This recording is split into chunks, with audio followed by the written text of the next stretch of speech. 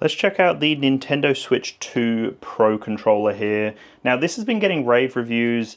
A lot of people loved the original Pro controller from Nintendo, and apparently they've just come back in a strong form again, doing a very similar thing here. I don't think there's any drastic changes, but it's more so just, you know, a return to form with this guy here. So nothing else in the box there. We've got some paperwork as usual, an included USB-C to USB-A cable, and then it looks like that's it. It's just the controller now. So let's have a look. First impressions with the controller. Let's move everything out of the way. And I really love the original Pro controller. Feels great.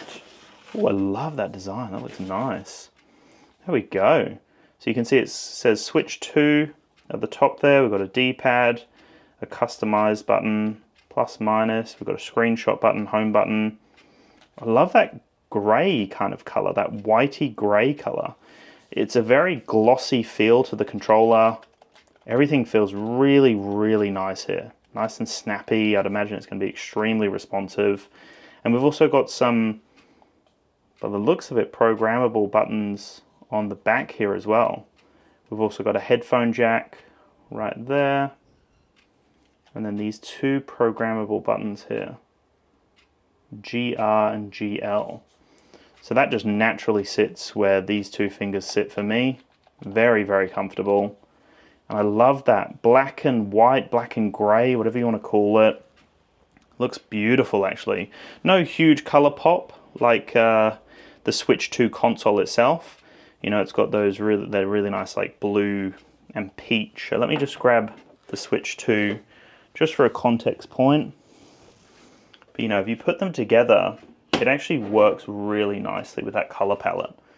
You can see there's subtle colors here on the Switch 2, just like there are subtle colors here. I'm surprised they didn't go with those kind of like the peach and blue color for here, which is quite surprising. Because you look at the Switch 2, and you know, it's got a very clean design. The original one was very colorful, very playful.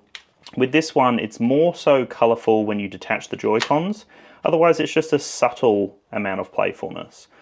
But that actually works nicely together, I think. Those colors work nicely together. It's interesting how they have gone with that white, kind of white gray almost. They didn't go with the color combo. They could have definitely matched that peach with here and the blue with here just to make it, you know, all very uniform with the Switch 2.